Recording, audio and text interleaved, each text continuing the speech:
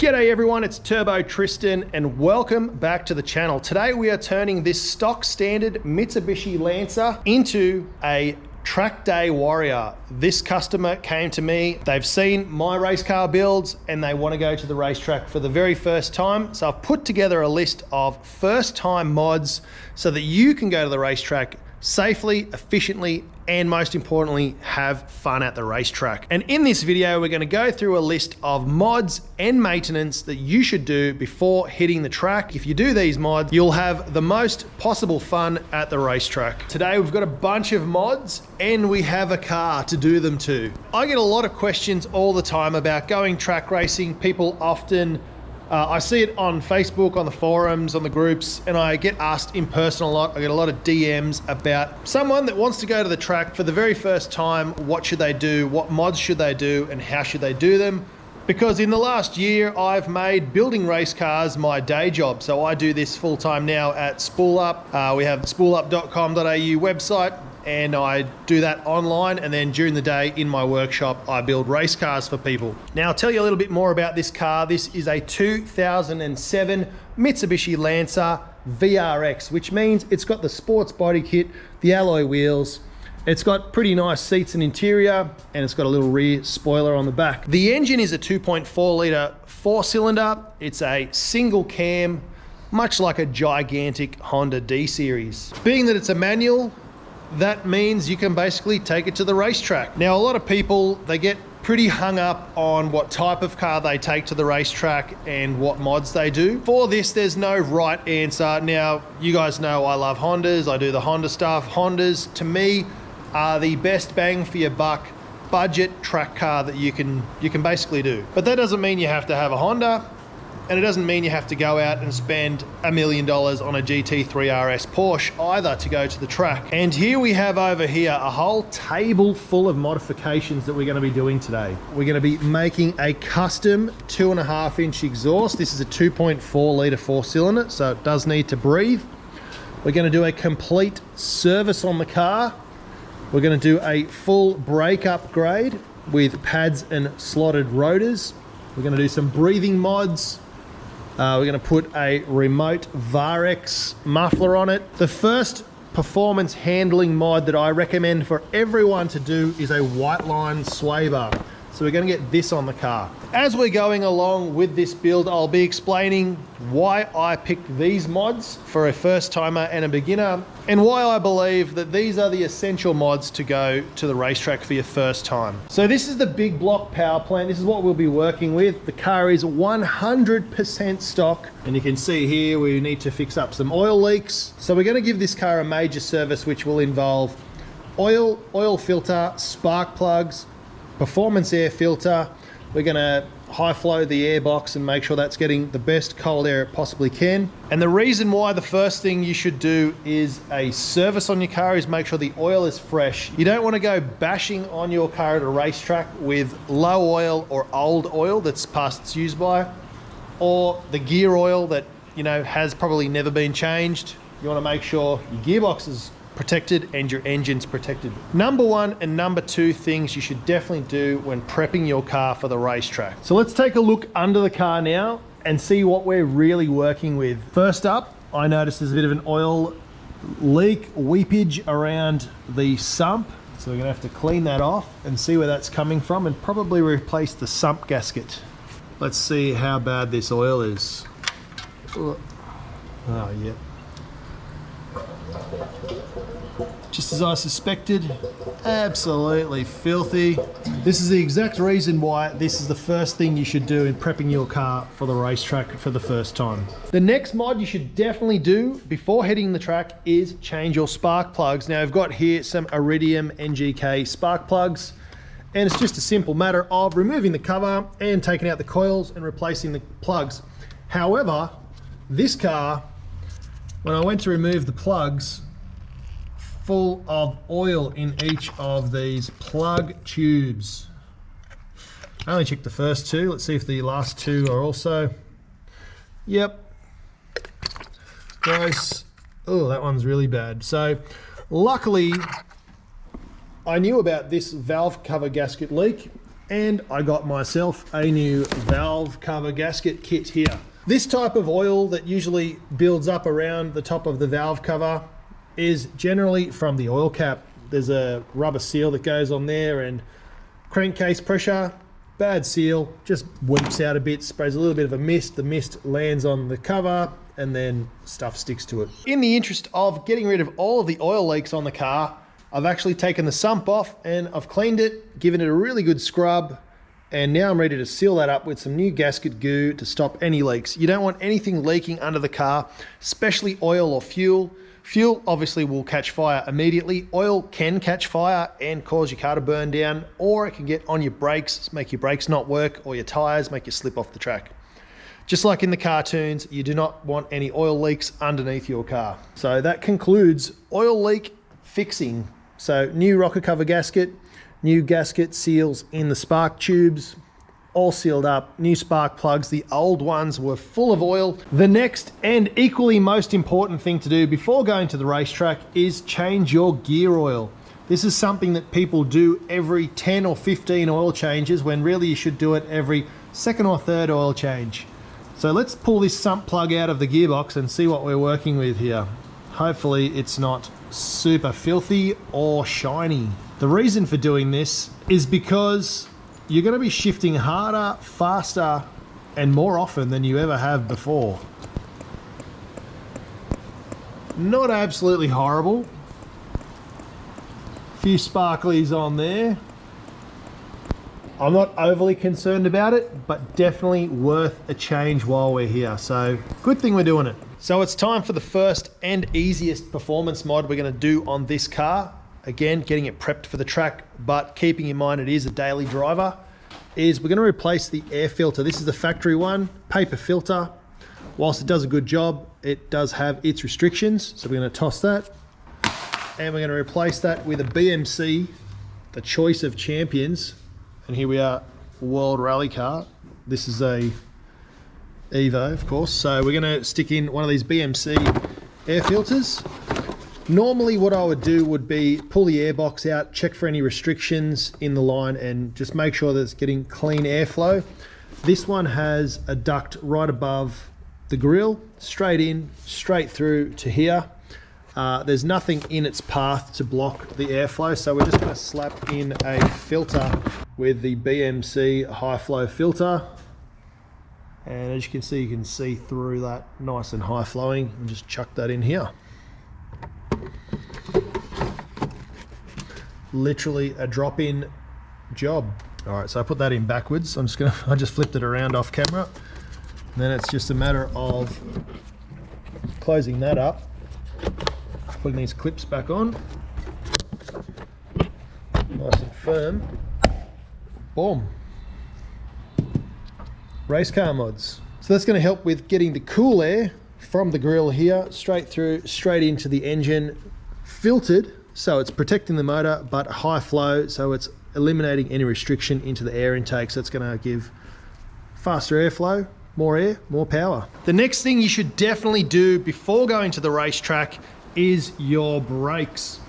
Now, for most cars and for most weekend warriors, guys that are going to the track every now and then, just swapping out the brake pads is a good enough option for 90% of people that are just going to go have a bit of fun, because these rotors are a bit lipped. So let's ditch these and put something track oriented on the car. So for the brake upgrade, what we're going to go with is PROTEX rotors and PROTEX Ultra Plus pads. Now we run these in our endurance race car Ronda, and they do fantastic. Little secret, they're just a normal street pad. These aren't a track pad or anything wild or super aggressive, but they do handle the heat, heavy braking and endurance racing and stuff just fine, which is why we keep using them. They're a really good alternative as far as price goes. They are also great on the street. So keeping in mind this is going to be a street car 99% of its life, we're going with the Ultra Plus ceramic pads. And these rotors are actually made for a Mitsubishi four-wheel drive, but the reason we're going with these is they're coated, which means they won't rust and end up looking like this. And they do have these wiper slots in here. Now what these slots do is allow the gas to escape between the brake pad. So when these wear and start to get hot, they create a gas, and this actually wipes the gas out and lets it escape, meaning you get full pad contact on your rotor. Because when the gas builds up underneath here, it actually means that the pad can't sit all the way down onto the disc rotor. And they also have this really cool slot in there as well to help with any noise and also dust. I think you'll agree that is a huge upgrade. Another awesome feature about the PROTEX brake pads is they come with all new hardware in here, so you don't have to reuse that rusty and dusty old stuff. Wow! That's 1 down and 3 to go. And as you've seen, we've already done the brakes, but the equally as important thing as changing your brake rotors and pads is doing some high temp racing brake fluid. Now, we don't have any biases when it comes to oils. We don't have any sponsors. Shout out to anyone who wants to sponsor us, but I always recommend something that's easy to get and off the shelf. And if you are a beginner and you're wondering, 600 is the number of degrees in Fahrenheit that this has a boiling point at. So it says on the back here that it's around 320 degrees Celsius, its boiling point. So you'll notice a lot of the race cars, when they are racing, their front brakes glow really hot, especially when you're watching night racing. Brakes on a regular track day won't really get that hot, depending on the weight of the car, the size of your brakes, how fast you're going, and how hard you're stomping on the pedal. The best thing we can do is make sure your brake fluid doesn't boil, because when that boils, it becomes pretty much useless, turns into thinner than water, and it doesn't work. We've got the pads, we've got the discs, and now we've got the fluid. This should give us the best fighting chance. And remember, you're not out there trying to break any world records at your first track day. Leave a little bit on the table. You don't want to be pushing it 110% on your first track day. You don't want to spoil it for someone else or yourself, because ending up in a sand trap, or even worse, a wall, is not an ideal way to finish your first track day. So always give yourself plenty of space. The next thing we're going to want to talk about is tires and tire pressures. So this car actually has a very basic set of hand-cooked tires on there. These are just regular road tires. There is nothing overly special about them, although they are in really good condition, and they'll definitely survive a track day, being that they're nice and hard wearing. They're only a year old, so these will be great to go to a track day in, especially because we're not trying to break any records. But what you'll need to do is make sure your tire pressures are all even to start with, and then let them all down when you get to the track. Now, there's a lot of back and forward about this. I am certainly no expert. In a front wheel drive car, your front tires are going to get hotter than your rear tires, and they're going to get hotter quicker. So you let down a couple of PSI extra in the front as opposed to the rear. But let's just say, for argument's sake, to keep numbers round, you running 35 PSI in your tires in your daily every day. If you get to the track, you're going to want to drop them down to about 30 PSI. And the reason for that is, if your tires are too hard, when they get hot, the air inside expands and the pressure will actually go up to over 40 PSI if you kept them at 35. That makes the tire hard. It makes it more prone to sliding, and it's not going to have any flex and grip when it grabs onto the surface. If you let the tire pressures down, once they get up to temp, you get back to your regular operating temperature, and they'll perform exactly as they do on the street. Just remember, after your track day, to go and pump them back up again at the nearest servo. And pro tip, if you want to look like a pro, bring your own tire gauge, let your tire pressures down, check them after every session, because you'll notice as the day gets on and the day gets hotter, you're going to need to take more and more PSI out, so they always start off at around about that 30 PSI mark. If you do have better tires, check with the manufacturer if they're a track-based tire, and they'll give you a recommendation of what to go out and start with, either on their website or ask the tire shop that fitted them. They should have a pretty good understanding of where to start. But let's just say you go out at 30 PSI and you come back after your 15-minute session and they're back at 35, 36 PSI, then you know you're pretty much on the money, and you'll notice there will be a difference in tire pressure front to rear on the car, and then you can adjust them accordingly. So little by little steps, and they'll help your tires last longer, and they'll help you grip the road better. All right, now it's time for my favorite and my go-to mod. On any front wheel drive car, the best mod you can do is upgrade the rear sway bar. Now look at this puny thing. I can move it with 2 fingers. It is so thin and so floppy. The sway bars connect the right and left wheel to each other, and having a soft, weak, flimsy sway bar means that there's going to be some flex in between those two wheels when you're going around corners. Now, having a stiffer rear sway bar means that that's going to make the back wheels and the car sit flat in corners.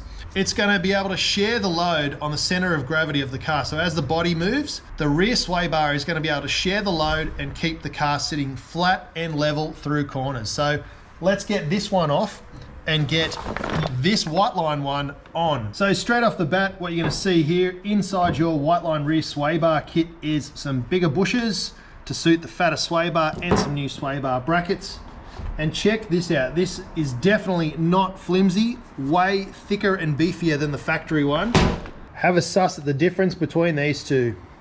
Beefy boy, skinny boy. So here we are, all fitted up now with the WHITELINE rear sway bar. This one is way beefier than the original sway bar. This one is an 18mm rear sway bar. It's a full bolt-on, literally just needs some 12mm and some 17mm, and you can pull the whole thing off and reinstall the new one. Super easy. It takes 15 minutes to do this whole job. And the world of performance difference this is going to make for you at the track by keeping the back end of the car level around corners and flat, and also helping with turning. It sounds weird, but having this thicker sway bar in the rear helps the car turn around corners and helps to eliminate understeer in a front wheel drive car. Now, you saw before I had two fingers and I was wiggling that puny stock factory rear sway bar.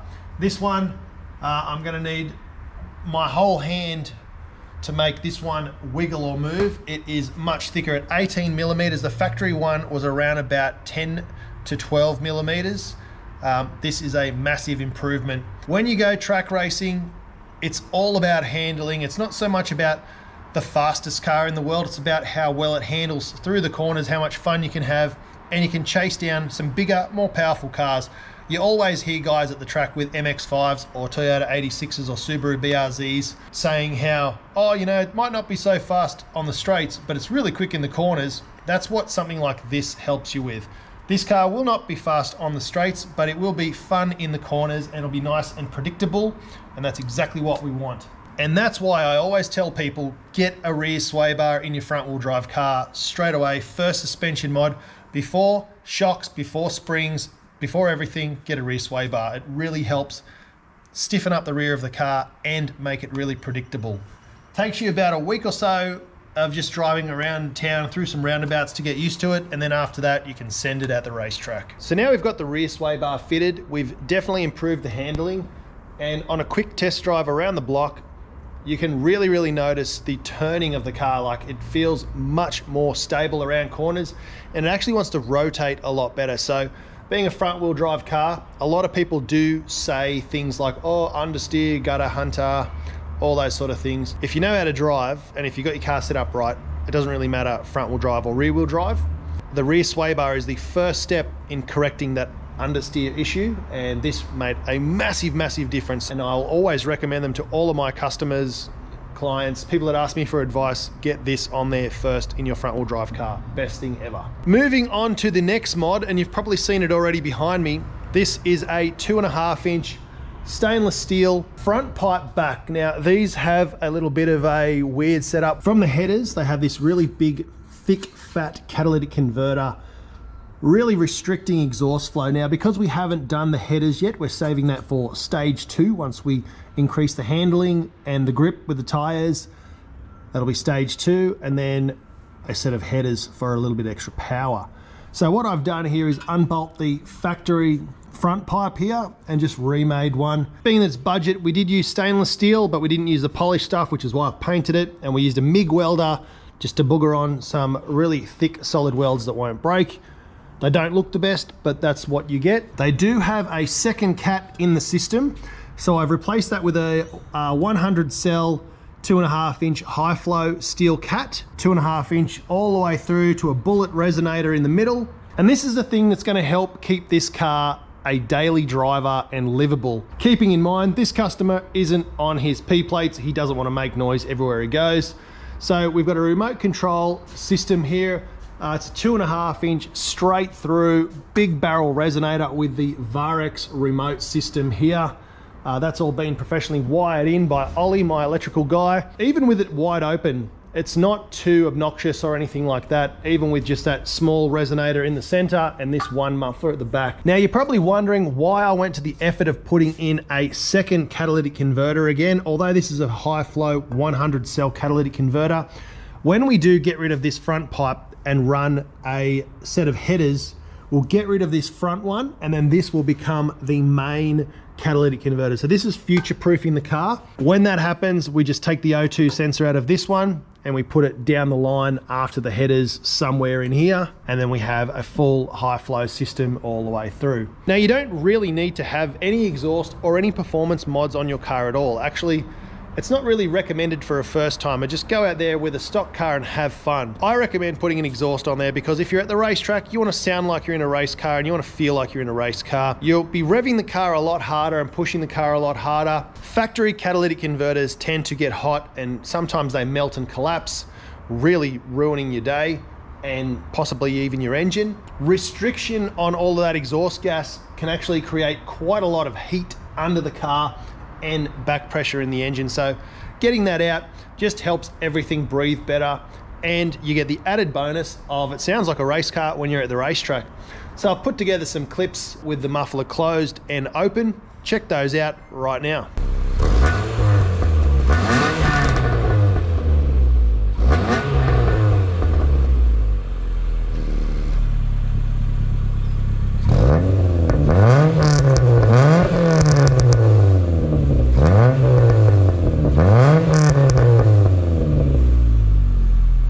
And lastly, before you get to the track, you're going to want to pull everything out of it that you don't need in there. You don't want any projectiles flying around, damaging yourself, your car, or someone else on the track.